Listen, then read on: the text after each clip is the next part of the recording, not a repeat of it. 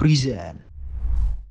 Halo semuanya, selamat datang di podcast Ngobrolin Nomen Studio. Bersama saya, Nova Sringoringo, Stambul 2020 dari Prodi Psikologi.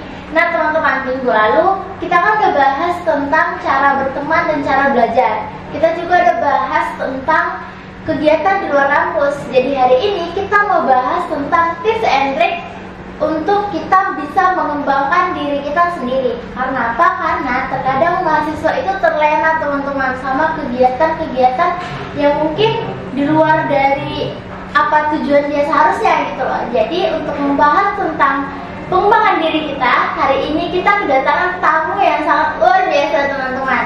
Nah, di samping saya ada Bang Diki dan ada Bang Ardiwan. Oke, bisa saya halo Bang? Halo. Oke, nah apa kabarnya hari ini? Puji Tuhan baik. Oke, puji Tuhan baik ya. Gimana perasaannya Bang ikut podcast No Mention hari ini? Saya juga tadi. Bebas. Oke, kamu dulu deh. Ya, kalau rasanya senang lah, kita bergembira bisa diajak diskusi dan di sini kita bisa kasih tahu apa yang udah kita lakukan selama ini, selama jadi mahasiswa kan kira-kira begitu, biar bisa bagi cerita juga ke teman-teman mahasiswa yang lain dan terlebih teman-teman yang mau gabung ke Nomensa. Oke. Tentunya sangat senang bersyukur bisa podcast di tempat ini saat ini karena ini merupakan kesempatan bagi kami sebagai mahasiswa Nomensa untuk berbagi cerita dan pengalaman yang sudah kami lewati. Semoga bisa menjadi motivasi untuk teman-teman lainnya juga. Oke, jadi nih Bang, kan mungkin teman-teman yang nonton bingung nih, mengembangkan diri itu sebenarnya apa dan kenapa kita perlu mengembangkan diri? Mungkin kan kebanyakan orang itu berpikir, aku nih udah kuliah, aku berarti setidaknya udah satu tingkat lebih tinggi di atas orang yang belum berkuliah gitu. Itu artinya aku udah mengembangkan diriku sendiri. Nah, apakah mengembangkan diri itu sebatas dengan sekolah setinggi-tingginya? Aku mau tahu pendapatnya Bang. Bebas ya. Mungkin dari Bang Ardiwan. Oke. Menurut saya pengembangan diri itu sangat penting, terutama untuk mahasiswa saat ini. Karena di era digitalisasi ini yang dibutuhkan bukan cuma kemampuan akademik saja, melainkan yang dicari itu adalah skill. Jadi jika mahasiswa cuma bergantung dengan apa teori atau materi kurikulum secara akademis yang diterima di kelas dan cuma berpatokan dengan itu, saya rasa itu hal yang sangat tidak baik ya untuk diharapkan untuk bisa terjun dalam dunia profesional. Oleh sebab itu dibutuhkan yang namanya pengembangan diri, baik itu di dalam kampus maupun di luar kampus, di mana fungsi pengembangan diri itu untuk meningkatkan keterampilan kita atau bahkan mengaplikasikan ilmu yang telah kita dapatkan dari proses pembelajaran untuk bisa memberikan manfaat positif bagi teman kita atau orang lain. Itu sih menurut saya. Oke, kalau menurut Bang Diki gimana? Kalau saya begini ya mengartikan apa itu pengembangan diri khususnya bagi mahasiswa gitu ya. Jadi kita ini kan harusnya sadar kita ini siapa. Jadi kalau kita ikut kuliah, kita bukan sebagai gelas yang sudah terisi penuh gitu. Jadi kita harus sadar bahwa banyak hal yang harus masuk ke kita. Jadi seperti yang disampaikan Bang Ardi tadi, bukan hanya sebatas teori yang kita peroleh dari kelas, tapi hal-hal lain yang dapat membangun diri kita. Di samping itu saya juga mengartikan bahwa dalam mengembangkan diri, kita harus mengerti tuntutan zaman itu apa. Jadi bukan hanya sebatas mampu menguasai teori yang sifatnya hanya akademik saja, tapi yang akademik itu juga menurut saya dalam hal pengembangan diri sangat penting untuk bisa kita peroleh. Kira-kira begitu. Oke. Nah, jadi teman-teman ternyata pengembangan diri itu nggak hanya sebatas sekolah setinggi-tingginya ya Bang. Oke. Nah, jadi aku mau tahu nih, kita kan sebagai Gen Z, kita kan lahir dengan melek teknologi, ya kan? Jadi mungkin kita dari masih dalam kandungan kita udah dikenalkan dengan teknologi. Kita lahir mungkin kita udah kenal handphone, laptop, dan pengembangan teknologi lainnya lah ya, kali sama internet juga. Nah, aku mau tahu nih peran teknologi dalam pengembangan diri ya Bang Abang. Kalian tuh bagaimana? Ini dari Bang Diki. Ya, tentu perannya sangat besar ya dalam pengembangan diri. Kalau kita lihat sekarang tentu sudah beda dengan zaman sebelum kita, generasi sebelum kita. Karena sekarang justru tanpa teknologi maka upaya untuk mengembangkan diri itu sepertinya sia-sia gitu. Karena sekarang kan semua serba diarahkan untuk bisa menggunakan teknologi dalam perkuliahan juga. Kampus kita kan juga update LMS ya, ada yang terbaru. Nah itulah contoh besarnya seperti itu. Tapi bagaimana kemudian teknologi ini berperan? Dengan teknologi maka semuanya kan serba cepat ya. Jadi kita perlu menguasai teknologi ini agar kita mampu beradaptasi dengan cepat gitu.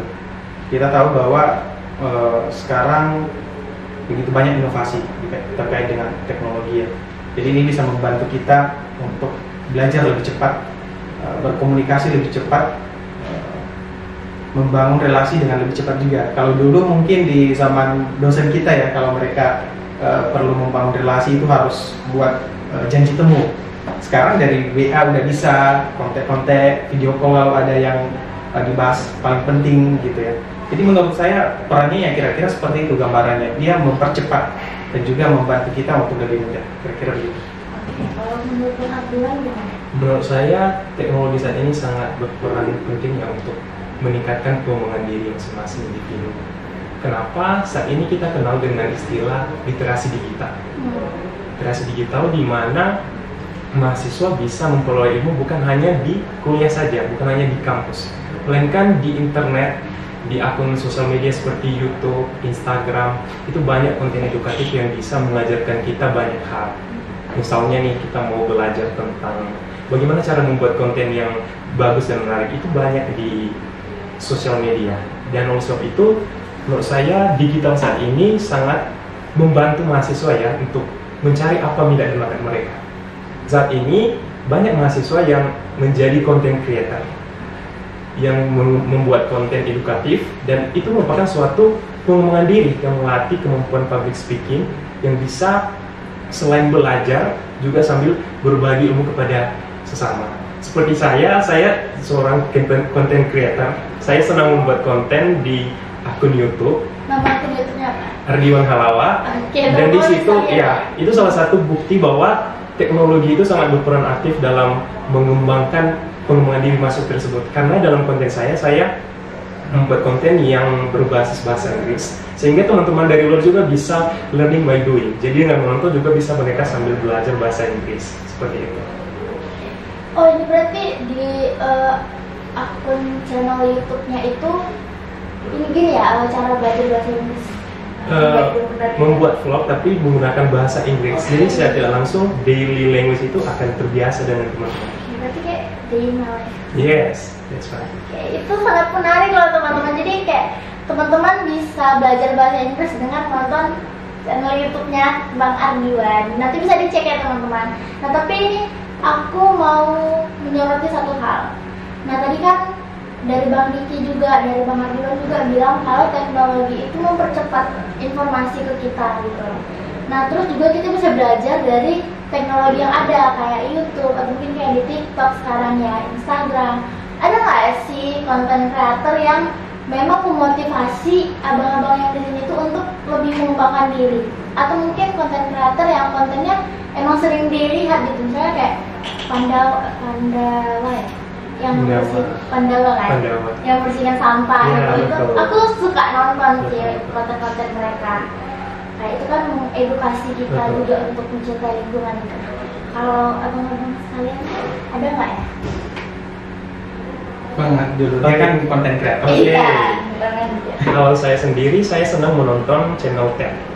Ini kontennya berisi tentang orang-orang hebat yang public speakingnya itu luar biasa. Dan topik yang mereka sampaikan itu membahas tentang lingkungan, bullying, akademik, dan semua yang bernuansa self-development. Jadi kita bisa menonton mereka sambil belajar bagaimana sih cara kita melakukan public speaking dan membuat gestur yang bisa meyakinkan audiens kita. Itu sih sejauh ini yang saya senangi untuk tonton itu TED. Saya Oke. Kalau saya mungkin dari sisi yang berbeda. Saya justru lebih banyak nontonnya itu di media sosial, Instagram, Facebook juga saya masih nonton. Masih pakai ya Facebook. Enggak, tapi kalau update enggak. Saya sejak masuk kuliah paling banyak nonton di media sosial. Buka reelsnya aja. Nah, jadi kalau di Instagram itu saya suka nonton apa yang dikerjakan sama pejabat publik. Jadi misalnya apa reels Pak Presiden dalam minggu ini itu saya tonton apa yang dikerjakan Pak Erick Thohir, Menteri BUMN kita, sekaligus juga sekarang Ketua Umum PSSI ya. Itu seru banget mengikutinya. Akun Instagram Prof Mahfud juga saya ikuti dan beberapa pejabat publik lainnya itu saya suka tonton itu. Jadi yang saya rasakan itu otomatis apa yang mereka tuangkan di situ itu mempengaruhi kepribadian saya. Gitu. Saya melihat mereka itu dengan apa yang mereka kerjakan, wow keren sekali. Jadi ketika saya di organisasi mana yang saya ikuti, saya kira itu kadang bisa muncul cara pembawaan yang mereka lakukan, ide dalam hal yang sederhana juga bisa muncul begitu. Oke, berarti bisa dikatakan menggunakan teknologi itu supaya kita bisa mencontoh tokoh-tokoh tadi ya, supaya kita jauh lebih baik lagi teman-teman. Jadi ya kan kalau kayak sekarang media sosial yang paling booming itu TikTok kali ya. Siapa sih yang nggak punya akun TikTok gitu? Tapi kan di TikTok itu kadang nggak semua hal tentang edukasi. Mungkin bullying juga gede kan di TikTok. Atau mungkin dia tuh ngomongnya serius tapi dibuat jadi candaan. Tahu kan istilah maghrib? Apa itu bully juga nggak sih teman-teman? Nah jadi sebenarnya itu tergantung kita ya membatasi diri kita juga. Terkait dengan konten-konten yang ada, kita harus pandai juga memilih kita mau kemana ke depannya gitu. Jadi ngomong-ngomong masa depan, kira-kira 5 tahun ke depan ya kamu mau jadi apa? Miki. Ya, berbicara tentang masa depan ya, kita tidak pernah, utamanya tidak boleh lepas dari yang namanya apa yang akan disediakan oleh Tuhan. Kita ini institusi yang instansi yang dia itu di bawah yayasan. Tentunya kita memegang teguh itu prinsip pro deo et patria, ora labora juga. Jadi ya itu saya awali dengan itu. Kita berjuang bagaimana kita kedepannya seperti apa, kita serahkan kepada Tuhan. Tetapi kenapa sekarang kita harus ekstra belajar sambil mengembangkan diri ya? Kita tahu masa depan itu sangat ekstrim juga. Kalau kita tidak mempersiapkan diri dengan baik, tentunya masa depan kita mungkin tidak akan bersahabat dengan keinginan kita. Jadi kalau saya sendiri ini sekarang kan sedang belajar di program studi administrasi publik, Fakultas Ilmu Sosial dan Ilmu Politik.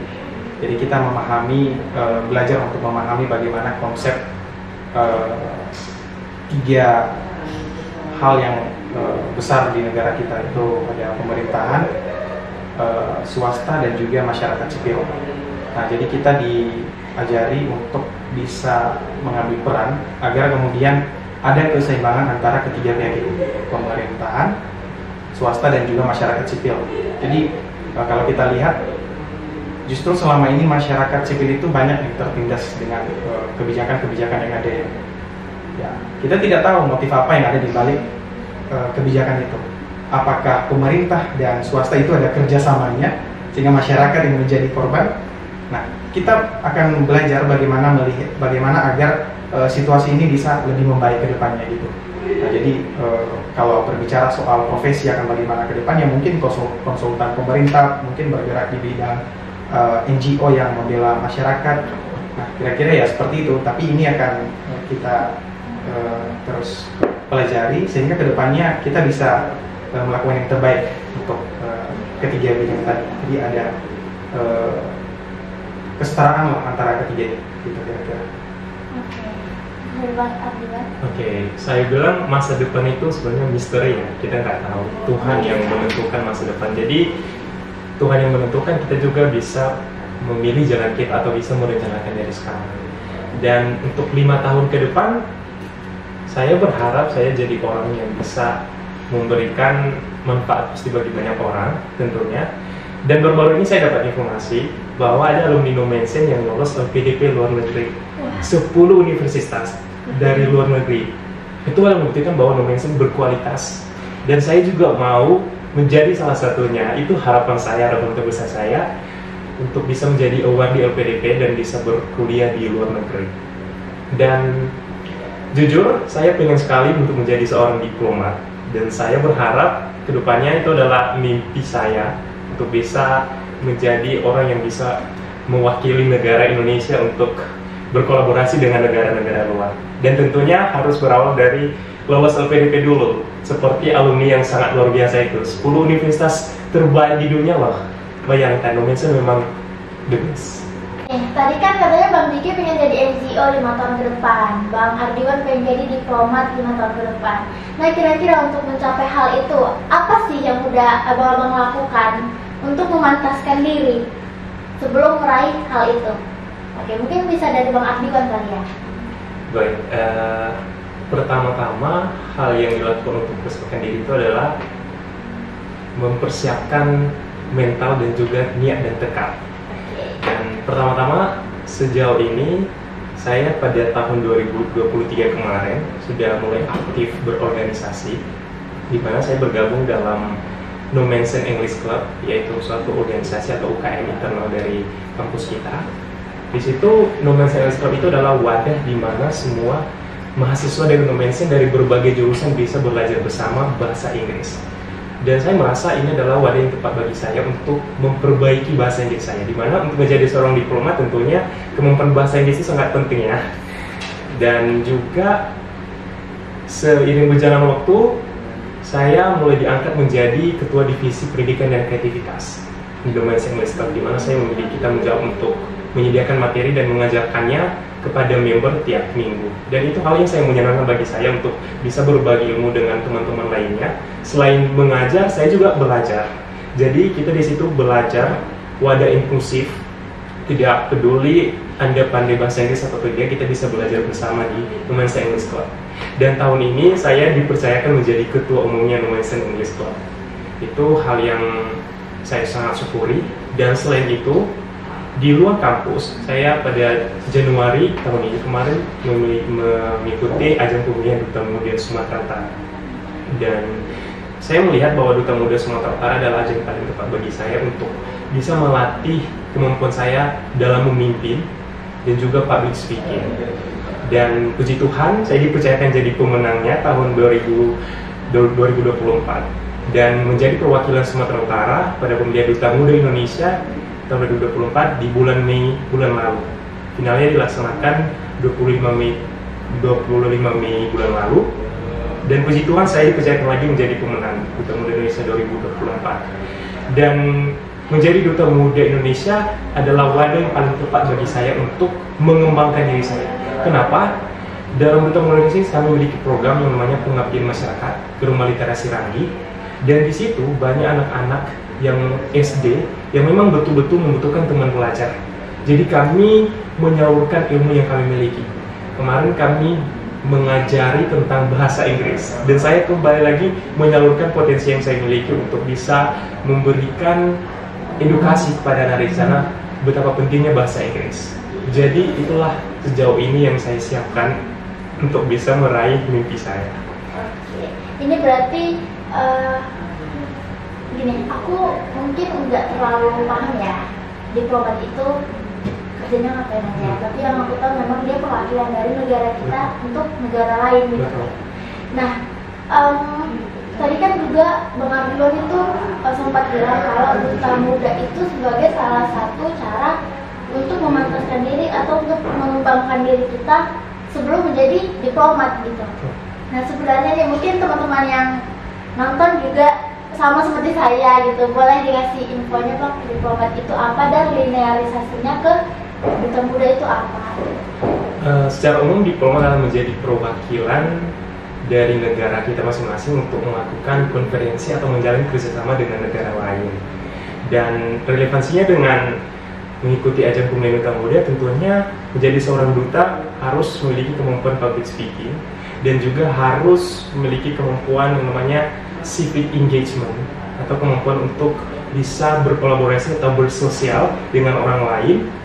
Dan sejauh ini itulah yang dilatih atau yang melatih diri saya untuk memantapkan diri menjadi seorang duta atau menjadi seorang perwakilan negara, dimulai dari hal kecil kemudian bisa menuju hal yang besar. Oke. Nah, Bu Oni dan Bang Ardian, balik nih ke Bang Diki, gimana Bang caranya untuk meraih impiannya tadi? Saya melawan diri saya sendiri. Gimana Jadi, Bang maksudnya?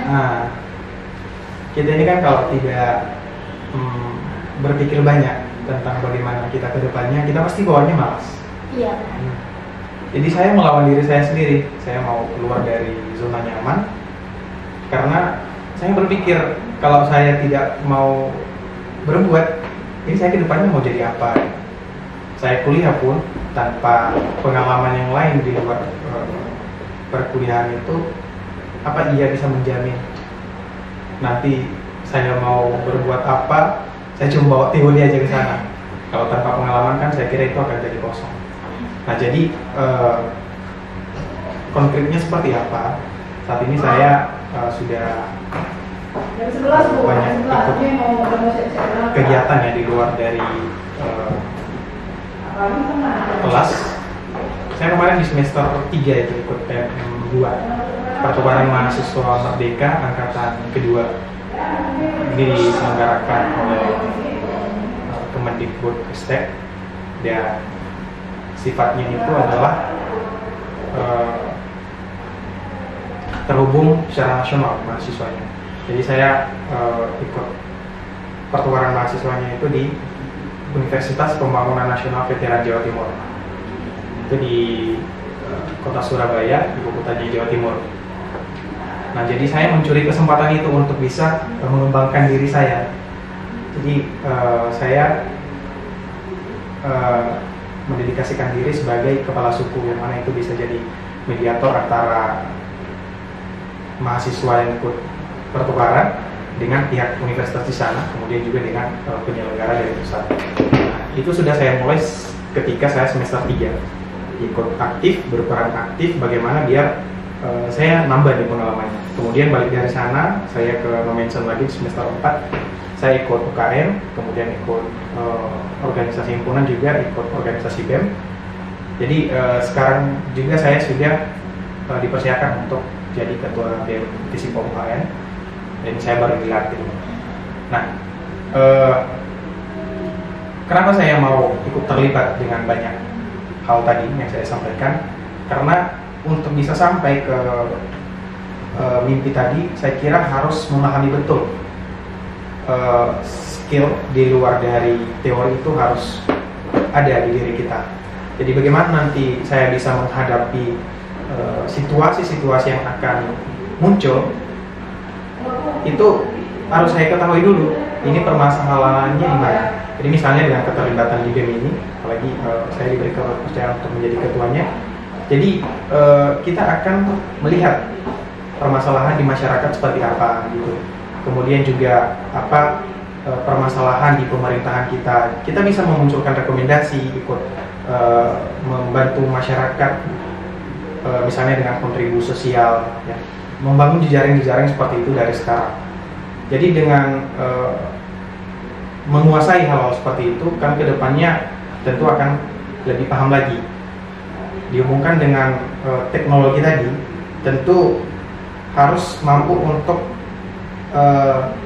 lebih menguasai zamannya nanti. Kan sekarang kita di tahun 2024, 5 tahun ke depan berarti 2029.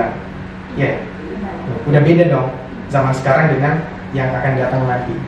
Jadi dengan proses ini tentu akan ada banyak pemahaman yang dia sifatnya itu sistematis. Di tahun ini seperti apa, kemudian di tahun berikutnya seperti apa, dan kedepannya akan bagaimana.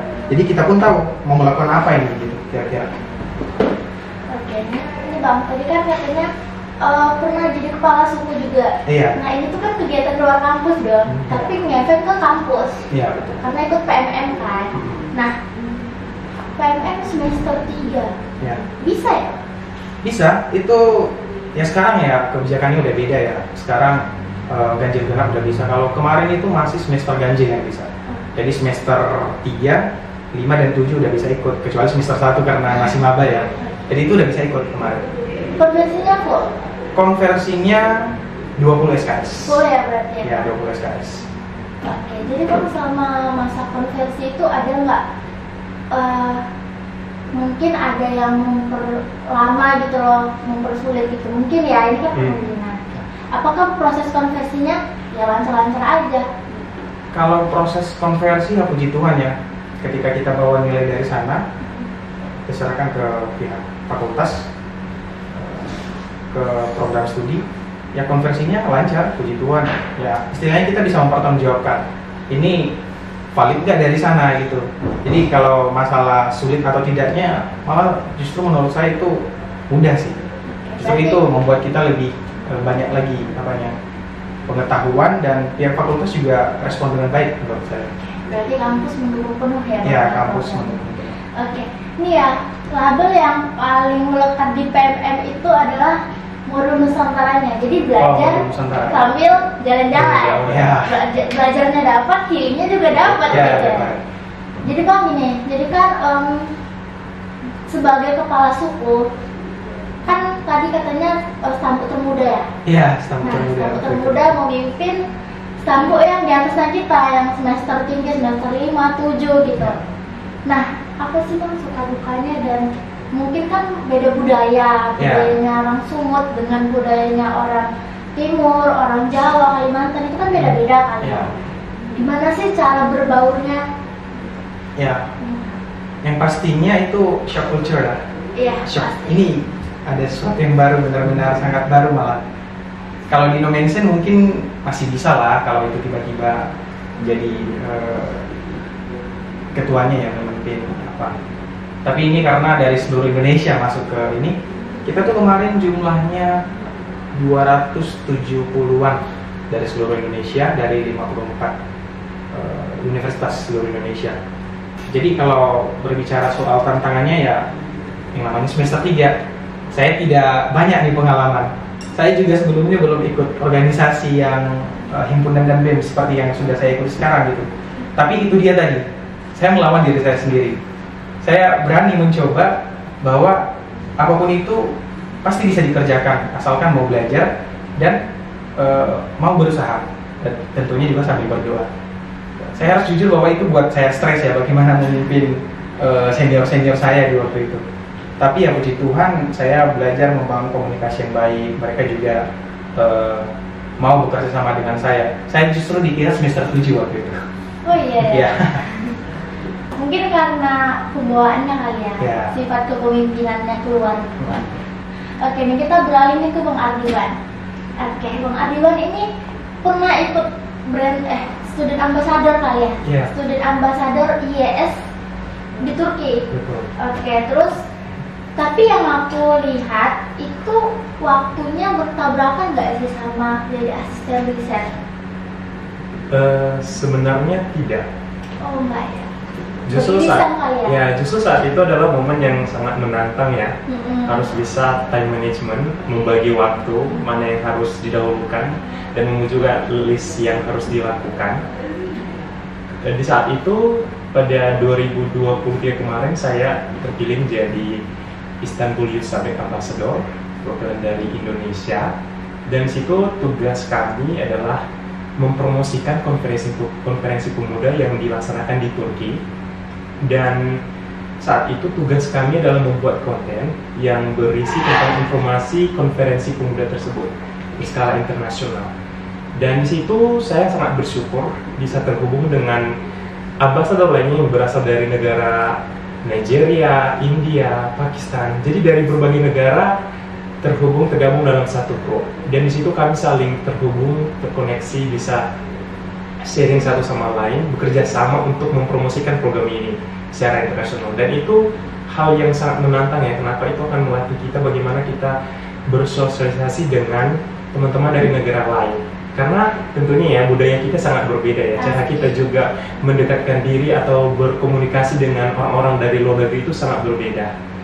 Bahkan yang menurut kita hal yang sangat Misalnya hal yang sangat lumrah belum tentu bagi mereka lumrah. Hal yang lumrah bagi mereka juga belum tentu lumrah bagi kita. Jadi itu bagaimana kita menyesuaikan itu sangat penting saat itu. Dan bagaimana saya menyesuaikan diri dengan menjadi research assistant? Tentunya saya membagi waktu nih, karena di saat itu kami sudah melakukan desain itu sebenarnya sudah di 6 bulan sebelum IES Ambassador. Jadi tugas kami seiring jalan itu hanya melakukan pengeditan dan juga melakukan analisis data, kemudian membuatnya dalam bentuk grafik dan melakukan pengeditan pada jurnal yang kami buat. Dan tentunya saya memiliki tim bekerja sama. Saya menjadi anggota research assistant dari dosen saya di Fakultas Memdona.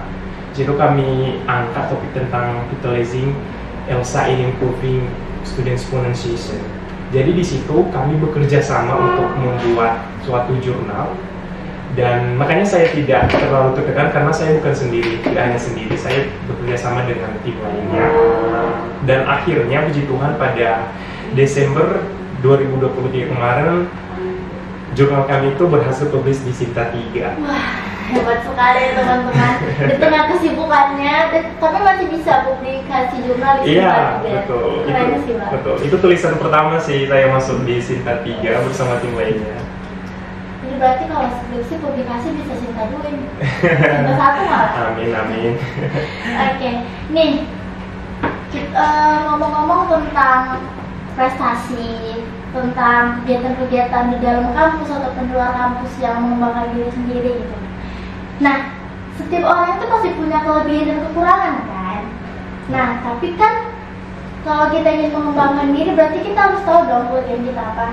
Nah, mungkin teman-teman yang nonton ini banyak yang mungkin bingung, aku kelebihannya apa sih? Aku minatnya di mana ya? Aku bakatnya di mana ya? Gitu. Nah, untuk menemukan potensi diri itu supaya kita bisa mengembangkan, gimana nih Bang caranya? Mungkin dari Bang Adiwan? Oh, dari saya dulu.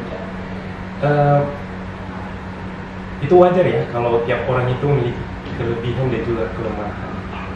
Dan semua orang itu memiliki kelebihan masing-masing dan juga memiliki kekurangan. Namun, yang perlu kita lakukan adalah bagaimana cara kita untuk menonjolkan kelebihan kita ketimbang memikirkan apa kelemahan kita. Itu sangat penting.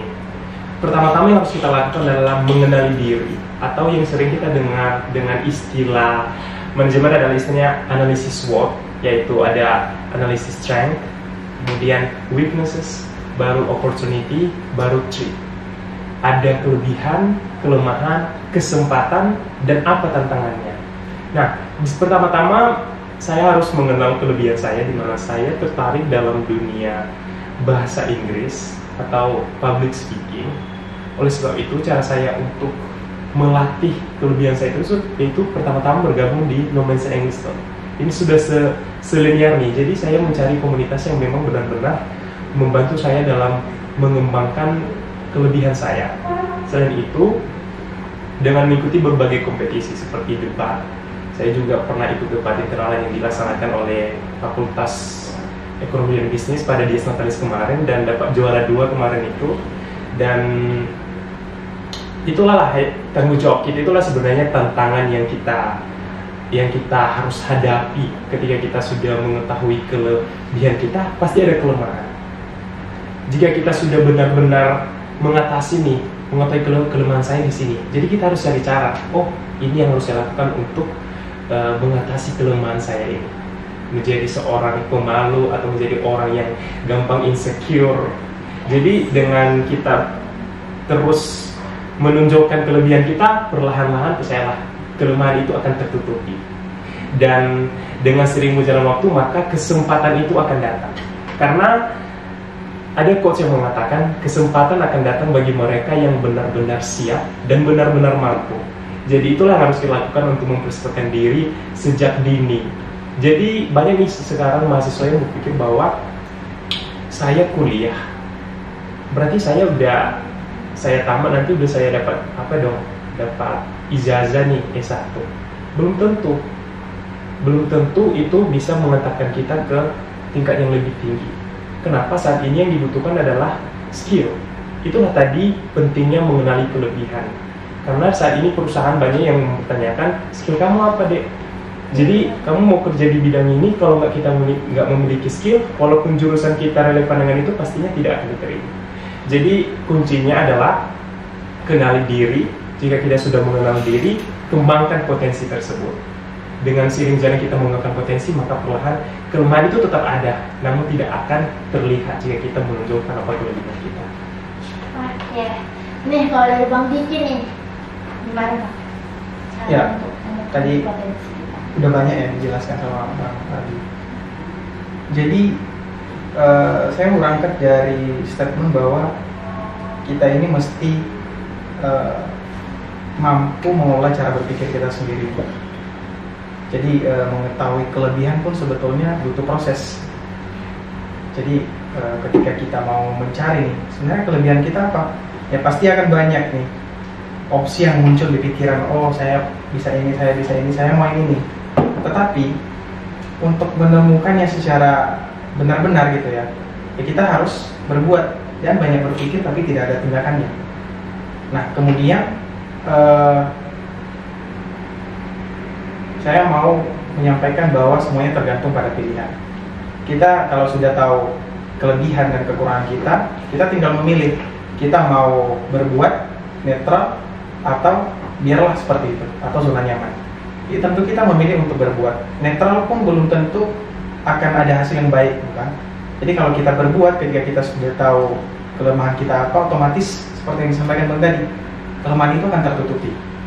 Jadi misalnya kalau kita sudah kuliah nih, kita tahu bahwa kelebihan kita, misalnya saya mampu memimpin koordinasi dengan baik, tapi itu hanya sekedar saya mau menikmati itu aja, saya tidak mau berbuat. Jadi itu untuk apa? Otomatis yang akan muncul nanti adalah kekurangan saya, gitu. Jadi ketika berbuat, maka perbuatan itu otomatis bisa menimpa kelemahan kita, kan kira-kira seperti itu. Oke nih Bang, mungkin ini jadi pertanyaan terakhir dari aku kali ya sebelum kita closing statement. Abang-abangnya punya insecure gak? Pernah dong. Pernah. Oke, pernah insecure ya? Aku mau tahu dong, kalian itu insecure karena apa dan gimana cara kalian mengatasi insecure-nya kalian itu? Konteksnya? Iya, karena kan mungkin kebanyakan mahasiswa itu melihat orang yang kalau ada prestasinya banyak, kita yang kayak insecure, aku nggak bisa nih kayak dia, udahlah nggak bisa aku ini, udah kayak gini-gini aja lah aku gitu. Akhirnya dia menutup diri untuk memakan diri ya kan. Nah, gimana sih cara mengatasi insecure-nya yang ada dalam diri kita itu? Tapi aku juga nggak tahu insecure terbesar kalian itu apa. Kalau dari saya ya, tadi saya udah bilang untuk maju kan harus melawan diri sendiri. Iya. Insecure, saya pernah insecure. Jadi tadi contoh insecure-nya terbesarnya apa ya? Iya. Ya barangkali merasa orang lain lebih hebat sih, itu aja. Tapi orang lain lebih hebat kan belum tentu orang yang kita anggap hebat itu dia merasa hebat dari kita, kan gitu. Nah, pemikiran yang seperti itu harus mampu kita miliki. Kalau kita udah berpikir begitu, menurut saya kita akan ada kemampuan untuk bisa bersaing. Jadi untuk melawannya ya tinggal lawan aja pikiran itu loh. Jadi jangan malas dan mau untuk berbuat. Kalau kita melihat tokoh-tokoh publik kita misalnya, atau bintang lah, contohnya di sepak bola lah saya ambil contoh ya, karena saya suka nonton itu. Ya, para bintang itu kan sebelumnya mereka banyak diremehkan, ada yang penyakitan, tapi ketika mereka mau berbuat misalnya, mereka terus belajar, ya pada akhirnya bisa dapat juga, malah jadi bintang. Misalnya Ronaldo kan dia dari keluarga miskin ya. Ya sekarang dia udah jadi pemain sepak bola terbaik di dunia loh. Termahal juga. Ya termahal lah. Sekarang kan dia di Arab itu udah termahal. Ya kira-kira seperti itulah, kita mau melawan diri kita sendiri dan pikiran itu harus bisa kita olah. Kita jangan mau dipengaruhi oleh pikiran negatif terus. Sekarang kan mahasiswa ini penyakit yang muncul yang baru kan penyakit mental, penyakit pikiran kan itu. Kakak kan dari psikologi tahu itu ya. Nah itu harus bisa kita lawan. Kakak pasti lebih menguasai itu menurut saya. Jadi melawan itu yang harus kita bisa lakukan gitu. Intinya keluar dari zona nyaman kali ya? Ya. Oke. Kalau menurut Bang Abdiwan nih? Oke, masing-masing pasti punya insecurity tersendiri ya. Pertama-tama insecure saya itu adalah fear of missing out. Jadi saya sering melihat, mungkin saat ini sosial media, jadi semua itu akan terekspos. Melihat teman-teman yang lebih berprestasi itu, saya merasa bahwa dia keren kali ya, prestasi saya cuma segini, dia udah segitu. Itulah perasaan yang merupakan hal-hal yang kadang bikin saya overthinking. Namun cara saya mengatasinya yaitu tadi, mengembangkan diri. Yaitu perlahan-lahan saya mulai ikut aktif dalam mengikuti berbagai perlombaan, aktif dalam organisasi, dan itu hal yang langkah yang saya ambil untuk mengurangi atau menghilangkan rasa insecure tersebut. Karena saya percaya tiap orang itu memiliki kelebihan dan kekurangan masing-masing. Belum tentu nih orang yang kita anggap hebat itu adalah benar-benar hebat di bidangnya. Belum tentu juga dia memiliki kelebihan yang kita punya. Misalnya kita ahli di bidang A, belum tentu juga dia memiliki keahlian di bidang A tersebut. Masing-masing memiliki keahlian di bidang tersendiri. Jadi ada istilahnya nobody's perfect. Jadi tidak ada yang sempurna. Jadi untuk apa kita harus merasa insecure atau merasa rendah diri hanya gara-gara kita melihat prestasi orang lain? Jadi sebaiknya harus yang kita lakukan seperti yang dibilang Bang Diki tadi, step out of your comfort zone, keluar dari zona nyaman. Jadi jangan stay di zona nyaman, udah tahu diri kita insecure, kelemahannya di bidang ini, jangan pasrah, jangan terima saja, oh saya memang kelemahanku di bidang ini ya. Cari cara lain untuk bisa keluar dari zona nyaman tersebut. Kita bisa kok. Yang namanya ada istilah, di mana ada niat, di situ ada jalan. Oke, berarti kesimpulannya cara untuk mengembangkan diri itu yang pertama kenali diri sendiri, potensinya apa, terus ambil tantangannya. Jadi kalau misalnya ketemu tantangan, ya jangan dibiarin aja gitu, tapi diambil, keluar dari zona nyaman. Itu kali ya teman-teman semuanya. Nikmati tantangannya. Nikmatin aja, ya benar. Jangan jadikan prestasi orang lain sebagai alat ukur dirimu gitu. Karena kan banyak orang juga yang kayak, si A tuh berhasil, aku nggak bisa gitu. Berarti ya udah dari si A aja, aku memang nggak bisa, aku cuma sebatas ini aja gitu. Jadi jangan kasih tembok untuk diri sendiri teman-teman, tapi hancurkan tembok itu dan lihat peluang yang ada di depanmu, ambil tantangannya dan nikmati prosesnya. Gitu kali ya. Oke, aku mau closing statement nih kali dari Bang Diki mungkin duluan. Oke, jadi tadi kita udah banyak bincang-bincang ya tentang pengembangan diri. Kalau minta closing statement ya, saya berpesan aja untuk teman-teman di luar sana yang sedang menonton. Saya ikut podcast ini kan bukan berarti saya udah lebih baik dari semuanya ya. Saya juga banyak kelemahan.